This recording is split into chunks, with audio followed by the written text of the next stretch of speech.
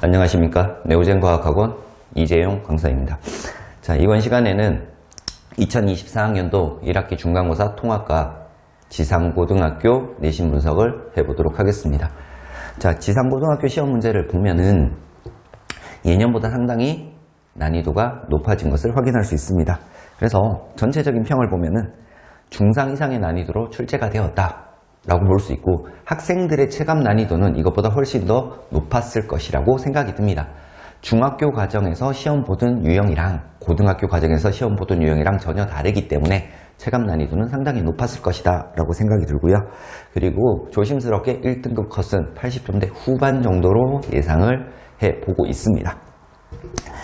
자, 일단 객관식 배점도 상당히 높은 형태로 나타났고요. 3.6점에서 4.7점 정도로 난이도별로 나눠서 나타났고, 그리고 논술형 문제가 2문제, 그래서 전체 24문항이 시험 문제로 출제가 되었습니다.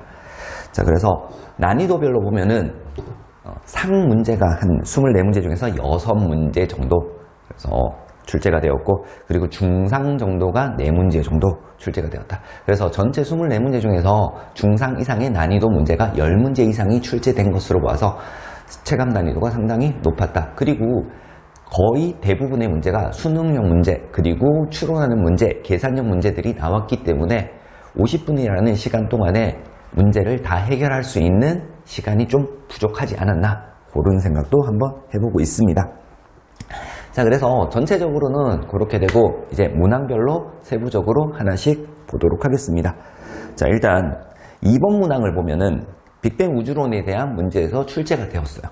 2번 문항. 자, 수능형 문제, 순수하게 수능형 문제로 출제가 되었고, 문제를 보면은 입자가 몇 개 그림이 주어지고 난 다음에 이 입자만 보고 빅뱅 우주론의 처음부터 끝까지 전체 과정을 추론해서 푸는 문제다. 그래서 주어지는 조건은 단순한데 물어보는 내용은 전체 광범위하게 물어보는 이런 형태로, 그래서 전 과정을 다 알고 있어야지만 정확하게 답을 알 수 있는 문제로 출제가 되었다라고 보시면 되겠습니다.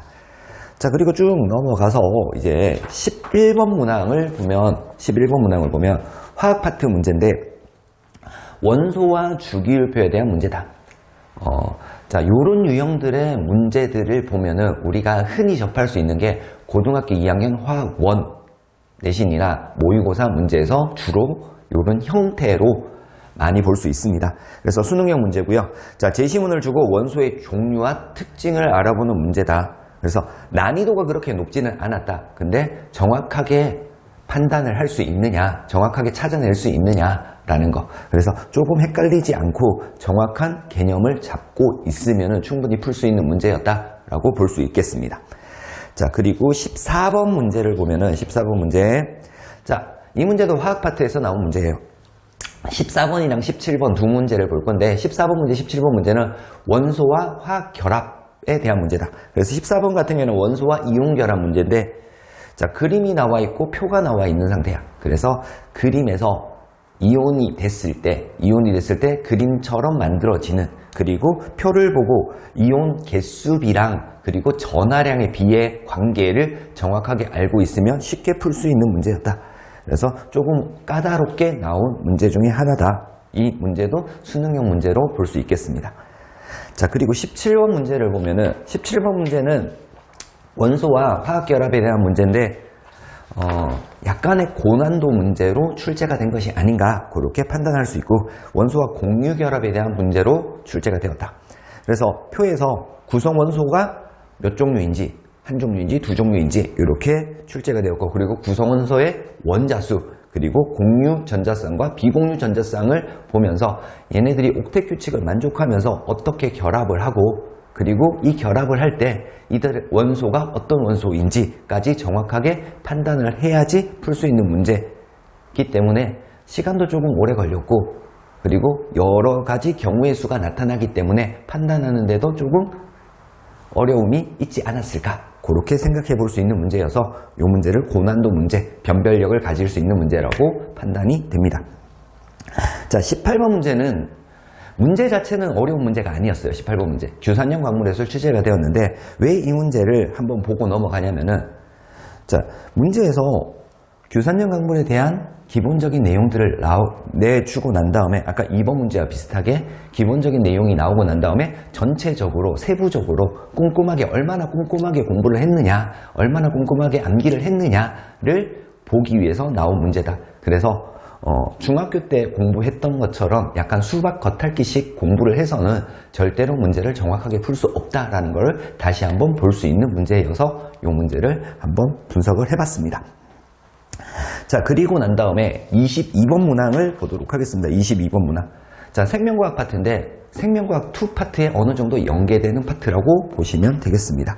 자, 순수하게 수능형으로 나왔고, 자, 이 문제를 약간 신유형 고난도 문제로 분류를 했는데, 자, 일반적인 생명과학 파트 문제는 이런 식으로 까다롭게 주어진 조건을 주고 계산을 좀 많이 해야 되는 그런 문제들은 잘 나오지 않습니다. 계산을 하더라도 좀 간단하게 계산을 하거나 좀 빠르게 계산해서 답을 낼 수 있는 문제들이 주로 출제가 되었는데, 지상고등학교에서는 좀 계산이 조금 복잡하거나 아니면 시간이 좀 더 많이 걸리게끔 이런 식으로 문제를 냈다. 그래서 많이 다뤄보고 이 문제에 대해서 충분히 숙지가 되어 있으면 좀 빠르게 계산을 해서 짧은 시간 안에 해결할 수 있지만, 그게 아니라면은 시간이 좀 많이 걸려서 다른 문제를 푸는 데 있어서 시간이 부족함을 느끼는 문제라고 판단해서 이 문제를 한번 분석을 해봤습니다. 자, 그리고 논술형 문제가 2문제가 나오는데 1번 문제는 그래도 직관적으로 쉽게 풀 수 있는 문제였지만 2번 문제를 보면은 마찬가지 화학 파트에서 나온 문제들인데, 자, 원자와 이온 부분에서 출제가 되었다. 그래서 원자나 이온에서 가지고 있는 더 작은 입자들, 양성자, 중성자, 전자들이 어떤 구성으로 이루어져 있는가를 충분히 판단할 수 있어야 된다. 원자에서는 양성자와 전자수가 무조건 같고, 그리고 이온에서는 양성자와 전자수가 무조건 다르다라는 기본 개념을 통해서 문제를 풀어야 되는 그런 내용들이었다. 그래서 전반적으로 봤을 때 통합과학 개념에서는 크게 벗어나지 않는 문제들이 나왔지만은 선행을 어느 정도 한 학생들한테 조금 유리한 문제들이 아니었나. 그래서 체감 난이도도 상당히 높고, 우리가 공부를 할 때 기본적인 개념은 당연히 알아야 되는 것들이고, 모의고사 유형의 문제, 수능형 문제, 그리고 고난도 문제까지 충분히 다뤄줘야지만 쉽게 해결할 수 있는 문제가 아니었나, 그렇게 판단을 해봅니다. 그래서 기말고사 대비도 우리 개념 수업 정확하게 인지를 하고, 그리고 모의고사 문제나 수능형 문제를 착실하게 풀고 난 다음에 좀 더 어려운 고난도 문제까지 해결을 해서 기말고사 대비를 하는 것이 중요하다고 볼 수 있겠습니다. 자, 이렇게 해서 2024학년도 1학기 중간고사 통합과학 지상고등학교 내신 분석을 마치도록 하겠습니다.